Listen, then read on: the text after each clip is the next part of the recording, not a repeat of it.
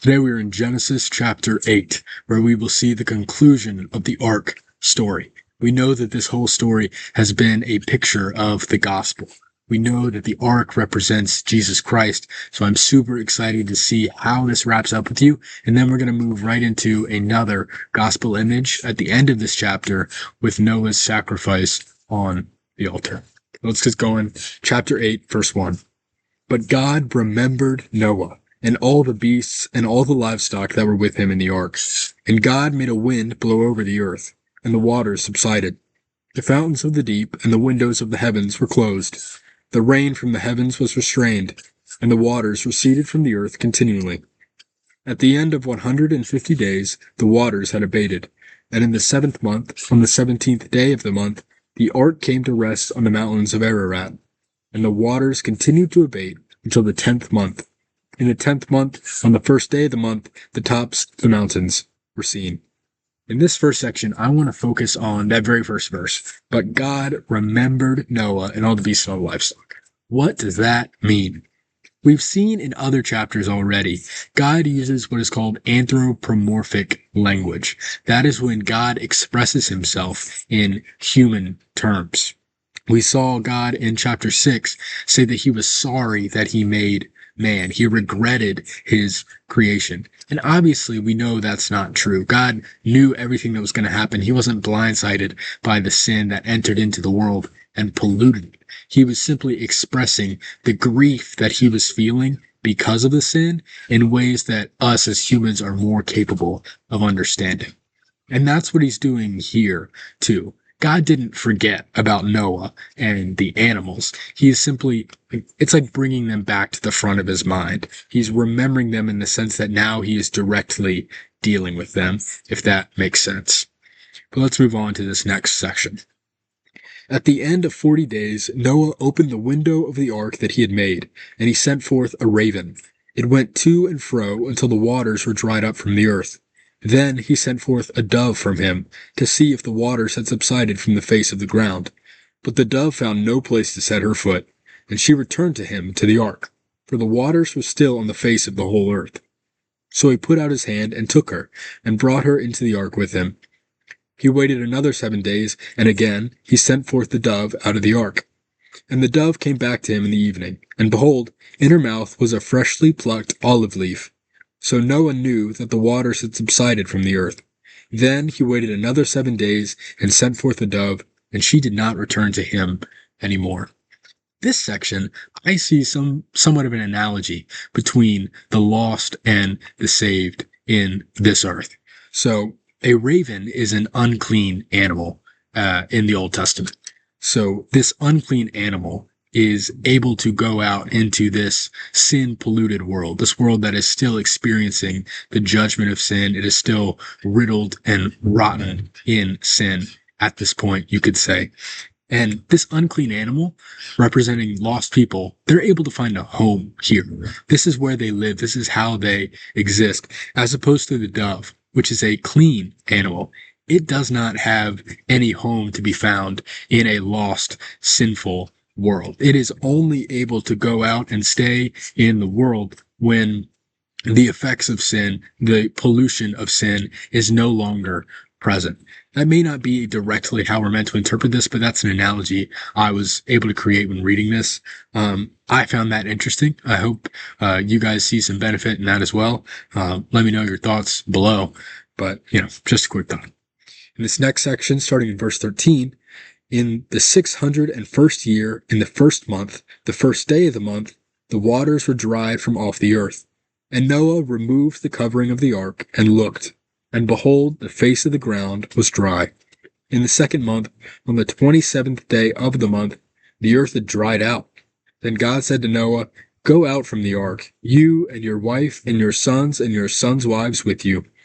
Bring out with you every living thing that is with you, of all flesh, birds and animals and every creeping thing that creeps on the earth, that they might swarm on the earth, and be fruitful and multiply on the earth." So Noah went out, and his sons and his wife and his sons' wives with him, every beast, every creeping thing, and every bird, everything that moves on the earth, went out by families from the ark. Here, as I said, we see that God is faithful. He protected just as we knew he would. This whole arc of the ark. We've seen that God is going to be faithful. He's going to protect his people. And now we're seeing he didn't just talk a big talk. He did it. He did it. He protected Noah and his family, protected his sons and their families, and he protected all of his beautiful creation. So that is a highly encouraging moment for us. We ought to take joy in our protecting, providing Savior. Let's move into this next section where we see a new image of Christ. Noah and all creation has been protected in the ark that represents Christ. Now we get another image. We have just completed the story arc of the ark. We have seen the gospel the whole way through. We saw that judgment was coming because of man's sinfulness to God. We see God providing a path of salvation, a path of protection and safety, and we saw that God honored it. God fulfilled his promise. He protected his people. He protected his creation. And now we're seeing a new gospel presentation after we just concluded another one. So we're seeing the Old Testament is constantly gospel, gospel, gospel, Christ, Christ, Christ. So let's see it starting in verse 20. Then Noah built an altar to the Lord and took some of every clean animal and some of every clean bird and offered burnt offerings on the altar. And when the Lord smelled the pleasing aroma, the Lord said in his heart, I will never again curse the ground because of man, for the intentions of man's heart is evil from his youth. Neither will I ever again strike down every living creature as I have done. While the earth remains, seed time and harvest, cold and heat, summer and winter, day and night shall not cease. So what are we seeing here? God smells the pleasing aroma of the sacrifice, and he decides, I will not punish. Though man is evil in his intentions from his very youth, I will not punish him because of this sacrifice. And I'm sure you can already see the parallels to the New Testament, the parallels to the sacrifice of Christ. Jesus Christ died in our place. Christ recognizes his sacrifice. He sees it, and because of him, because of that, he says, I will not punish man. I will have mercy on him. I will show him my grace because the price has already been paid. This is beautiful. Another shining image of Christ right here in the beginning of the Bible. It is incredible to me, the interconnectedness of Scripture.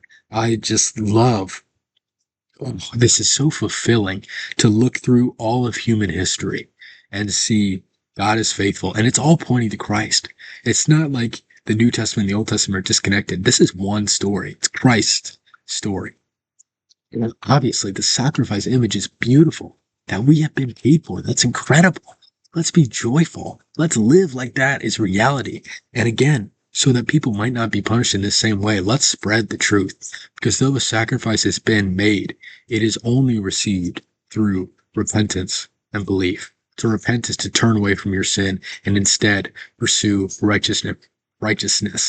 pursue godliness. And to believe is to place all of your hope, all of your trust in the Lord Jesus Christ. Believe that his sacrifice was sufficient. He was who he said he was, and that he really did rise again, proving it was sufficient.